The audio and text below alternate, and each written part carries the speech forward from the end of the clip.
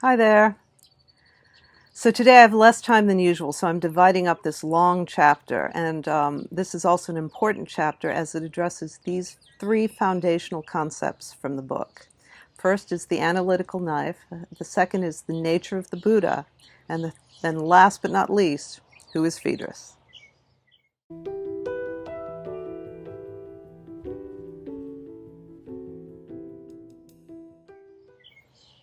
Chapter 7 begins with a visceral description of absolute heat in the midst of the high plains, barren landscape. When they finally arrive at Bowman and in front of the air-conditioned restaurant, a local stops them to chat. He asks us how far we've come, and we tell him, and he nods with a kind of approval. That's a long way, he says, and then he asks about the machines. The beer and the air conditioning are calling, but we don't break away. We just stand there in 102 sun talking to this person. He's a stockman, retired. He says this is pretty much ranch country around here, and he used to own a cycle years ago. It pleases me that he should want to talk about his Henderson in this 102 sun. We talk about it for a while with growing impatience from John, Sylvia, and Chris.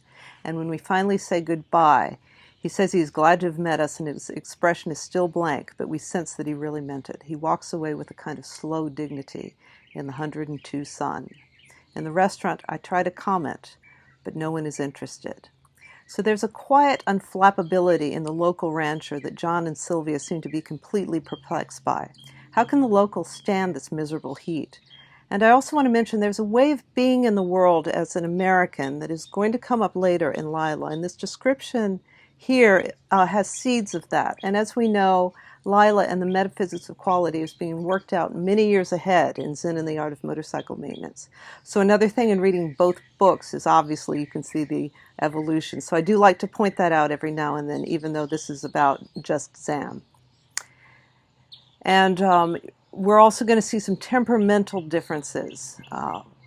Let's just say in situations that are not comfortable between the narrator and this sort of stoic American, let's just say, and versus John and Sylvia and sometimes Chris. It's important now to just live with this and not fight it mentally, mind control. And this line is an encapsulation of that difference in attitude. And we will explore that more fully in part 2 of this chapter. But for now, let's address one of the key concepts in the book, the analytical knife. I should now talk about Phaedrus's knife. It'll help us understand some of the things we talked about. The application of this knife, the division of the world into parts, and the building of this structure is something everybody does. All the time we're aware of millions of things around us, these changing shapes, these burning hills, the sound of the engine, the feel of the throttle, each rock and weed and fence post and piece of debris beside the road. Aware of these things, but not really conscious of them unless there's something unusual or unless they reflect something we are predisposed to see. From all this awareness, we must select.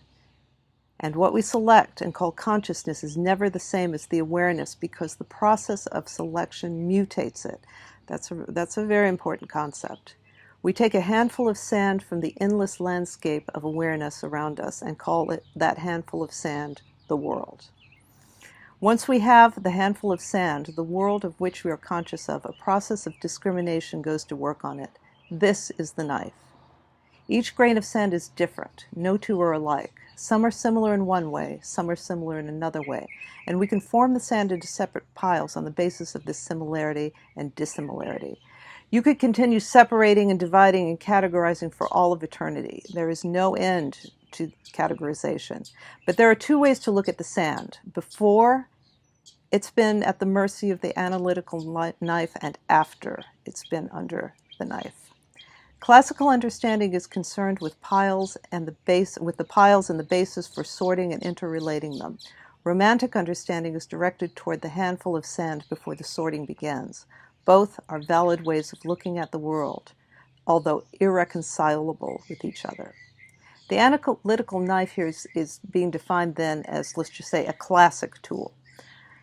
So you may ask, why bring up this old book? Why are we looking at Zen and the Art of Motorcycle Maintenance again? Besides the fact it's a classic, there's another reason. And this next line will give you a clue. Think about some of the dialogues going on these days, and I mentioned some examples of these on my channel. For example, Wilbur, Peterson, Harris, Vervaeke, etc. What has become an urgent necessity is a way of looking at the world that does violence to neither of these two kinds of understanding and unites them both into one. Such an understanding will not reject the sand sorting or contemplation of the unsorted sand for its own sake. Such an understanding will instead seek to direct attention to the endless landscape from which the sand is taken. That's what Phaedrus, the poor surgeon, was trying to do. To understand what he was trying to do, it's necessary to see that part of the landscape, inseparable from it, which must be understood, is a figure in the middle of it, sorting sand into piles. To see the landscape without seeing this figure is not to see the landscape at all. To reject that part of the Buddha that attends to the analysis of motorcycle is to miss the Buddha entirely. There is a perennial classical question that asks which part of the motorcycle, which grain of sand in the pile is the Buddha. But this question is tricky, because the Buddha is everywhere. Yet, do we hear about the Buddha that lives within analytical thought? If the Buddha is everywhere, he has to be there too. Why does this not jibe with us? Because we depict the Buddha serenely upon the lotus blossom, typically. But more on the knife. When the analytical thought that the knife is applied to experience, something is always killed in the process. That is fairly well understood, at least in the arts. Mark Twain's experience comes to mind, in which, after he had mastered the analytical knowledge needed to pilot the Mississippi River, he discovered the river had lost its beauty. Something is always killed. But what is less noticed in the arts, something is always created too. And instead of just dwelling on what is killed, it's important also to see what is created and see the process as a kind of death-birth continuity that is neither good nor bad. It just is. This talk of classic and romantic is priming us to get to know Phaedrus by understanding what he was pursuing. He was insane, and when you look directly at an insane man, all you see is a reflection of your own knowledge that he is insane, which is not to see him at all. Good point.